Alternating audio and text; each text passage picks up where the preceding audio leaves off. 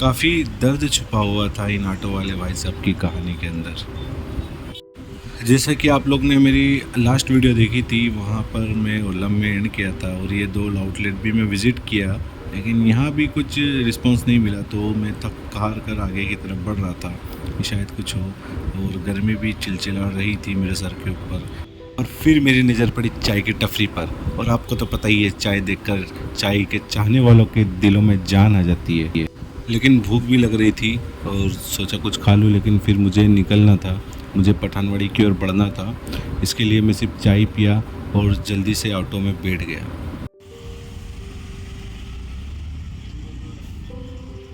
मैं पठानवाड़ी की तरफ निकल गया।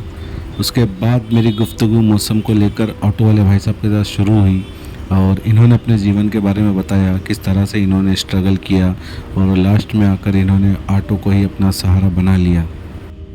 इनकी बातें सुनकर मुझे एहसास हुआ कि मैं अकेला ही स्ट्रगल नहीं कर रहा हूँ, और भी लोग हैं जो दुनिया में स्ट्रगल कर रहे हैं। और मुंबई तो ख्वाबों का शहर है, आपको तो पता ही होगा। रोज़ हज़ारों लोग मुंबई अपने सपने लेकर आते हैं। कुछ के सपने पूरे हो जाते हैं और कुछ अपने अधूरे सपने लेकर ही चले जाते हैं। यहाँ वहाँ की बातें करते हुए हम लोग पहुँच चुके थे पठानवाड़ी। ये जैतून ड्राई फ्रूट के दोनों ओनर मनाली घूमने के लिए गए हुए हैं। मुंबई की गर्मी से परेशान होकर वो मनाली की सर्दियों में जा पहुँचे हैं, और यहाँ से भी ऑर्डर नहीं मिला तो मैं चल पड़ा दूसरी तरफ। और यहाँ भी मुझे कुछ खासा रिस्पांस नहीं मिला। सभी ने कहा कि फिर आओ, बाद में देखते हैं, चलेगा करके। मैं अपने मार्केट विज़िट पर था ही कि अजान हो रही थी और मुझे नमाज को जाना था, लेकिन करीब ही एक आउटलेट था। मैं वहाँ गया और वहाँ पे उनसे कुछ गुफ्तगू की और वहाँ से मुझे ऑर्डर मिला। अस्सलाम वालेकुम, क्या हाल है भाई? कैसे का मार्केट रहा अभी? अच्छा है मार्केट सर, इनमें सबसे ज़्यादा प्रोडक्ट क्या निकले थे? बिरयानी। उसके बाद हमारा रुख हुआ मस्जिद की ओर। अजान हो चुकी थी और नमाज भी अदा करनी थी। नमाज पढ़कर मैंने अपना फ़ोन चेक किया तो एक मिस कॉल था, उस पर बात की मैंने, और मुझे उनसे मिलने जाना था आर्य कॉलोनी। और उससे पहले मुझे थोड़ा भूख लग रहा था, तो मैंने कहा एक मस्का पाव हो जाए और चाय हो जाए।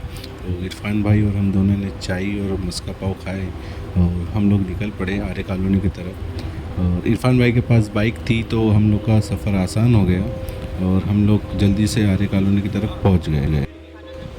हाँ, आप में से किसी ने भी फील्ड वर्क किया है या अभी भी कर रहा है तो कमेंट में ज़रूर बताएं। यहाँ वहाँ की बातें करते हुए हम लोग पहुँच चुके थे ओबरॉय मॉल के करीब, और क्योंकि हमें वेस्टर्न एक्सप्रेस हाईवे पकड़ना था। ये ओबरॉय मॉल है, शहर की चकाचौंध सारी यहाँ मिल जाएगी आपको। उसके बाद हम लोग मंजिल की ओर बढ़ते गए और हम लोग लगभग अपनी मंजिल की तरफ पहुँच ही गए थे। यहाँ भी हम लोग के साथ एक ट्रेजेडी हो गई थी, क्योंकि हम लोग को एक दूसरी बिल्डिंग में जाना था और हम लोग दूसरी बिल्डिंग में पहुंच गए थे। बेसिकली इसके करीब में ये जो आपको बिल्डिंग दिखाई दे रही है, यहाँ जाना था हमें, लेकिन हम लोग जो है ये करीब वाली बिल्डिंग में पहुंच गए थे। हम अपनी मीटिंग फिनिश करके निकले और देखा कि यहाँ पर कुछ बच्चे क्रिकेट खेल रहे थे।